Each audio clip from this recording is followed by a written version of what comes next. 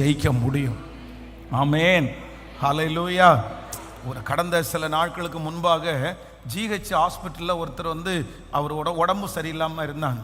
அப்போ அவரை விசாரிக்கும் போது யார் உங்கள் கூட இருக்கிறா, யார் உங்களை பார்த்துக்கிறா, யார் சாப்பாடெல்லாம் வாங்கித்தாரா அப்படின்னு கேட்கும்போது அவங்க சொன்னாங்க, இல்லை பாஸ்டர் நான் மட்டும்தான் இருக்கிறேன் அப்படின்னு சொன்னார். எனக்கு ரொம்ப ஆச்சரியமாயிருது. ஓகே, அட்டெண்டன்ட் யாருமே இல்லையா அவங்களுக்கு அப்படின்னு கேட்டால், இல்லை ஒய்ஃப் வேலைக்கு போகிறாங்க, பிள்ளைங்க ரொம்ப சின்ன பிள்ளைங்களா இருக்காங்க, அதனால் நான் யாரையுமே கூட்டு வர முடியல, நானே இங்கே பக்கத்தில் இருக்கிறவங்களோட உதவியை கேட்டு நானே சாப்பாடு வாங்கிக்குவேன்.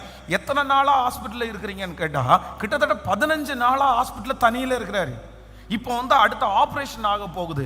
ஆனால் அந்த மனுஷனுக்குள்ள தான் தனிமையாக இருக்கிற அப்படின்ற அந்த ஃபீல் அவருக்குள்ள இருந்தது மாதிரி இல்லை.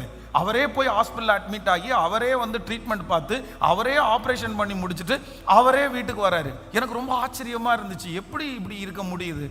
நம்மளா இருந்தால் யாராவது ஒருத்தர் நமக்கு ஒரு தலைவலி ஆனால் கூட யாரையாவது ஒருத்தரை தேடிடுறோம். ஏதாவது ஒரு சூழ்நிலை வந்தால் ஒருத்தர் உடனே நம்ம கூட இருக்கணும்னு நினைக்கிறோம்.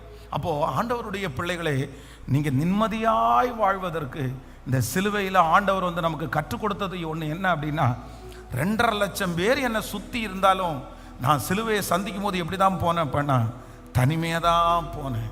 தனிமையில் மட்டும் நீங்கள் ஒரு வெற்றியை பார்த்துட்டீங்க. நான் நம்புகிறேன் உங்களை ஆண்டவர் ரொம்ப பெருசாக ஆண்டவர்